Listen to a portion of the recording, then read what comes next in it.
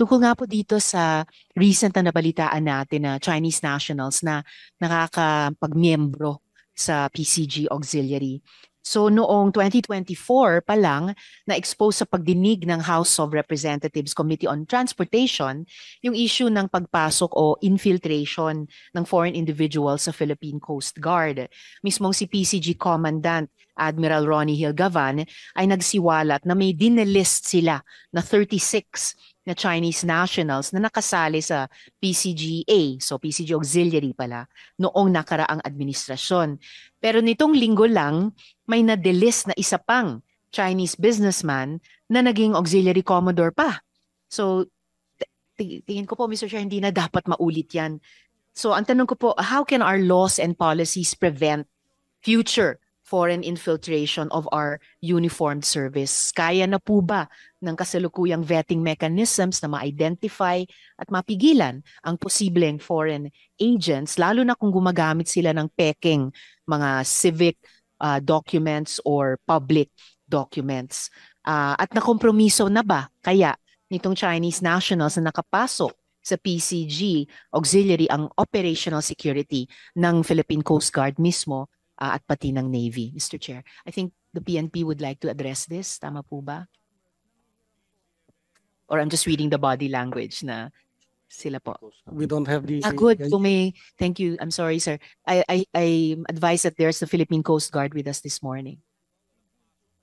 Good morning, ma'am. I'm Captain Fernandez from the Philippine Coast Guard. Right now, we're stepping up our vetting process, especially for the members of the PCGA. I think the last one to be delisted was a Commodore C, which was caught just recently. He was, I think, part of the Coast Guard, entered into the Coast Guard Auxiliary in 2018. Right now, we're finding out that there were Chinese nationals who were enlisted in the Philippine Coast Guard Auxiliary. This is because the Philippine Coast Guard Auxiliary is a voluntary service. It's a social civic organization under the Philippine Coast Guard. Right then, during that time, there were no perceived threats from interference from foreign agents. But right now, we see that there's a creeping intrusion into our security environment or security infrastructure. That's why the Philippine Coast Guard is now stepping up its vetting process in accepting Philippine Coast Guard Auxiliary members, sir. Mr. Chair? Paano nakalusot yun? It was 2018, sir. Our PCJ manual then, sir, was not yet that stringent, sir. But right now, sir, we're crafting more stringent measures in how to vet these members of the PCJ. Because the PCJ, sir, during that time, I think even accepted foreign nationals, sir, because this is a civic organization, sir. This is not really an organic portion of the Philippine Coast Guard, sir. Yeah, Mr. Chair, with the permission of Senator Risa. Yes, Mr. Chair. Yes, Senator De La Rosa. Pwede malaman from Coast Guard, halimbawa ako, mag-apply ako sa inyo ng magiging auxiliary ba tawag sa inyo? Reservist? Auxiliary, sir. Philippine Coast Guard Auxiliary. Parang equivalent lang ito sa armed forces na reservist? No, sir. This is very different, sir. You can compare PCJ as a Rotary Club.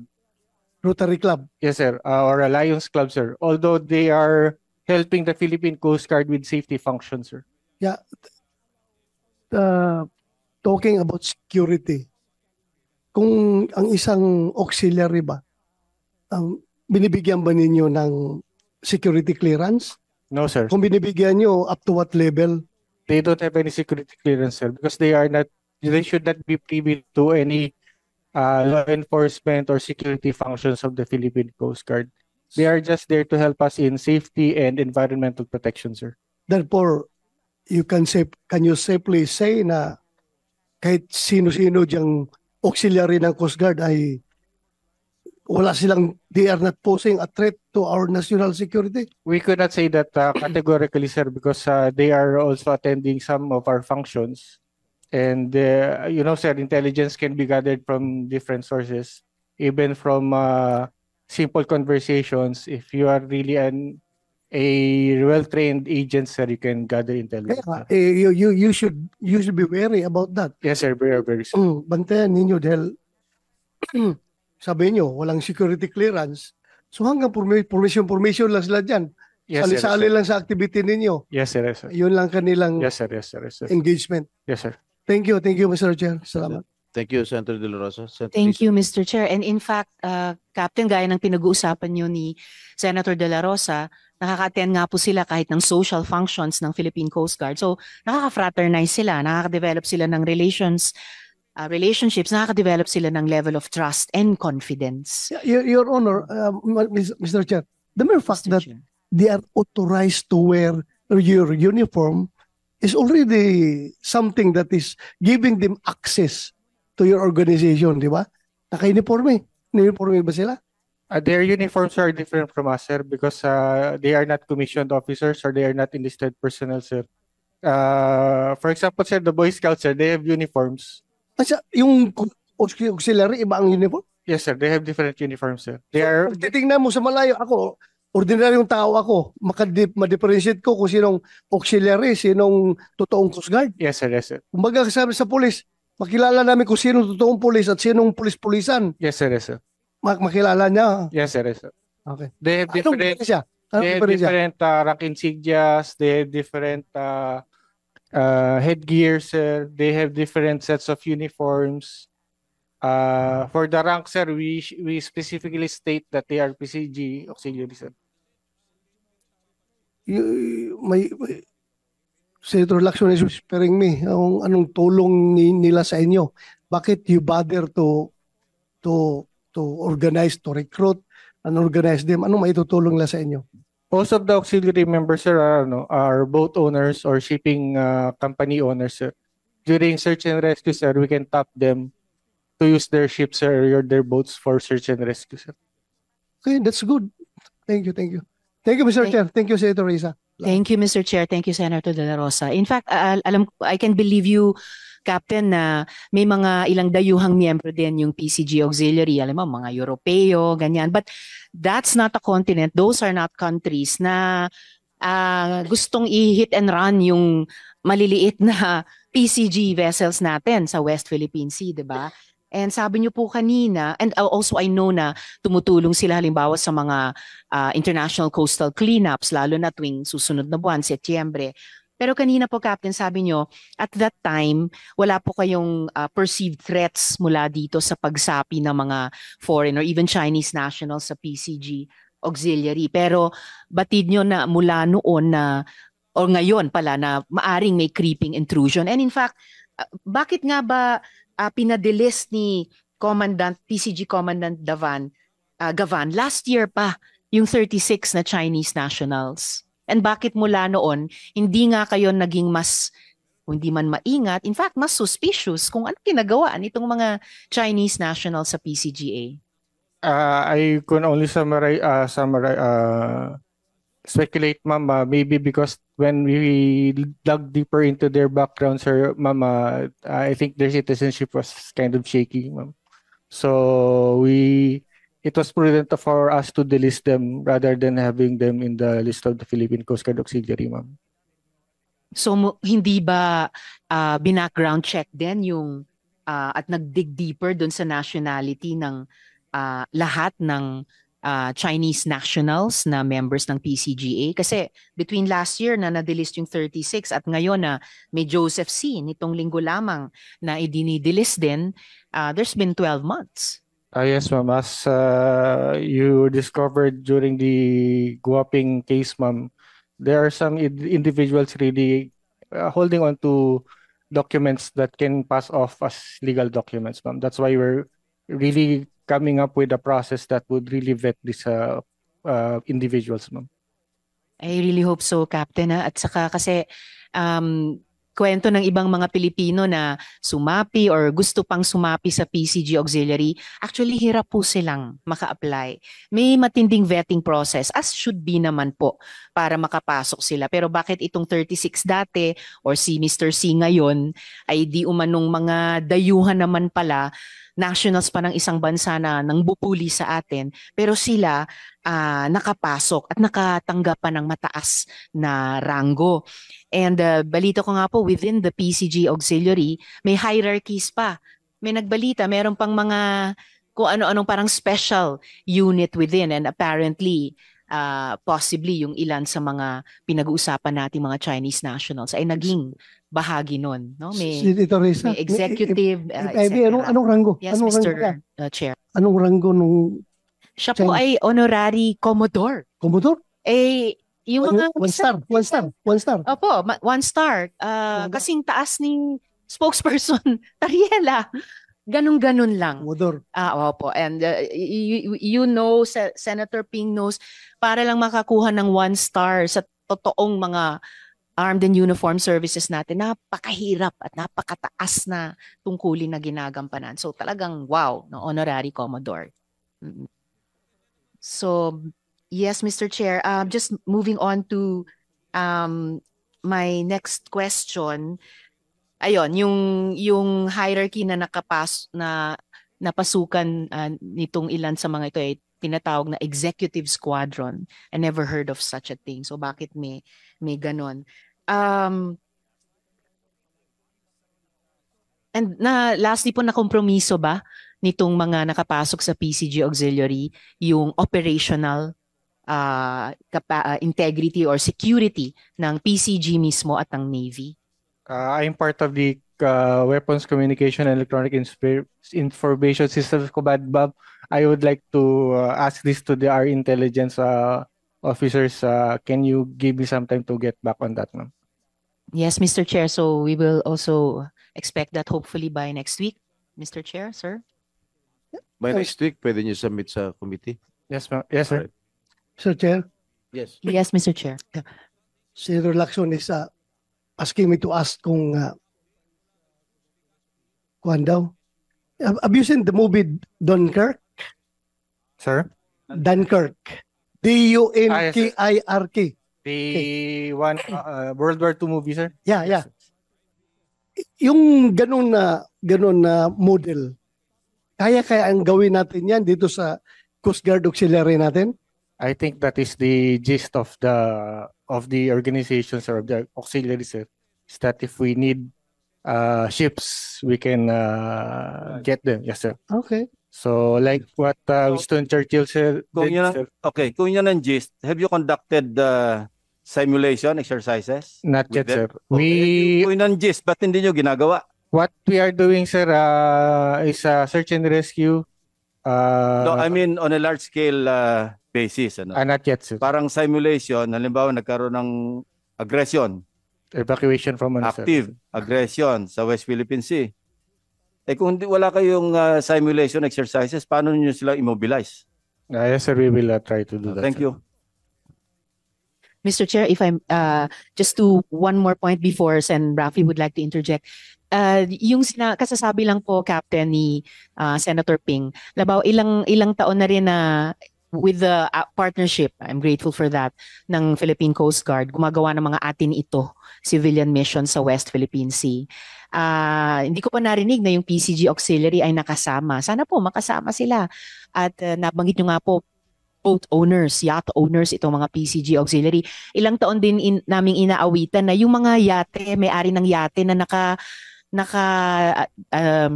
tawag nito, naka-dock lang sa Manila Yacht Club, Subic Yacht Club. Bakit hindi kaya sila maging mas kapakipakinabang, sumali sa ganyang mga civilian missions para i-assert yung Philippine sovereignty sa West Philippine Sea? Just for the record, Mr. Chair. I think Sen. Rafi would like Thank to you, interject, Senator Mr. Risa. Chair. We'll start the question and answer portion. Senator Lacson, you have the floor. Thank you, Mr. Chairman. I understand that this is just a wrapping up committee hearing, and this will be the first and only committee hearing that will be conducted under the 20th Congress, since you have already conducted hearings under the 19th Congress. And as a matter of tradition, we can only, just wrap up the committee hearings and get on with the preparation of the committee report. Having said that, Mr. President, or Mr. Chairman, I only have two questions, and I'd like to address my questions to the law enforcement units, agencies present here, including the AMLC and the NSC, National Security Council. As earlier mentioned by the Honorable Ontiveros, maraming arrests na nangyari since I believe May last year up to April this year. At least 19 individuals were arrested on suspicion of committing espionage activities in the country. More than the status of their cases, I am particularly interested in the follow-up or pursuit operations conducted by the different law enforcement agencies, especially the AMLA, or the AMLAC. Kasi it's not enough that we file cases, it's not enough that they are incarcerated and facing charges under Commonwealth Act 616 kasi wala pa naman talaga tayong bagong batas. But I'm interested, as I said, particularly, anong nangyaring follow-up operations dito? Meron pa ba kayong pinalo-up na mga leads that could result in pursuit operations para ma-prevent ang ganitong activities? Anybody can answer? Yung mga resource persons from the different law enforcement units, starting with the NBI, I believe, kasi may mga na-arresto rin kayo with the military, with the armed forces of the Philippines, di ba? So please. Thank you, Mr. Chair. Good morning, Your Honors. Before that, Comsec, you have something to say? Mr. Chair, may we just acknowledge the presence as well of Assistant Secretary Evangeline Ong Jimenez Ducro from the Department of Foreign Affairs, Your Honor. Thank you. Please proceed, Director. Thank you, Mr. Chair. For the NBI, we had 6 or 7 operations, including, I believe, the last one was immediately prior to the holding of the national elections last May, where we intercepted in the act yung a Chinese national operating an IMSI in response to the query of the good Senator Lacson. We have already communicated with AMLAC. We have filed our secondary offense, the violations ng Anti-Money Laundering Council. We are also submitting to the COMSEC our position on the matter, Your Honors. And as follow-up submissions, we will include, upon completion, the results of our digital forensic examination on the seized or equipments taken into custody in the course of the 7 operations by the NBI. How many foreign nationals have so far been arrested and ano yung status nila ngayon?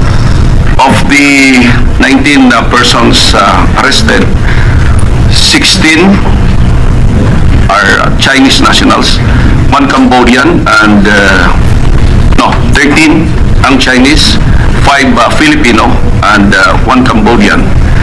But to the interest of the committee, itong Filipino ay either guide ito, driver, or parang aid lang ito na ginamit na kasangkapan. Thank you, Mr. Chair. No, anong status nila? Where are they now? And as I mentioned earlier, I'm particularly interested in your hot pursuit operations, if any. No? I assume that you have conducted tactical interrogation along with your investigation. So meron ba kayo napulot ng mga bagong information that could lead you to conduct more operations? Yun ang mas interest ko kasi hindi dapat matapos arrest. This is an unusual crime committed against our national security.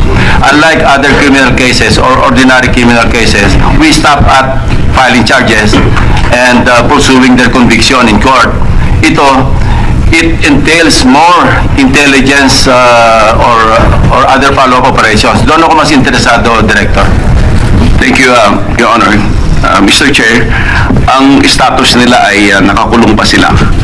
At yung aming follow-up operation is more on the nature of digital or electronic surveillance, continuous surveillance. As a matter of fact, 2 of the 6 operations were born out from the information or electronic information taken dun sa naunang operation.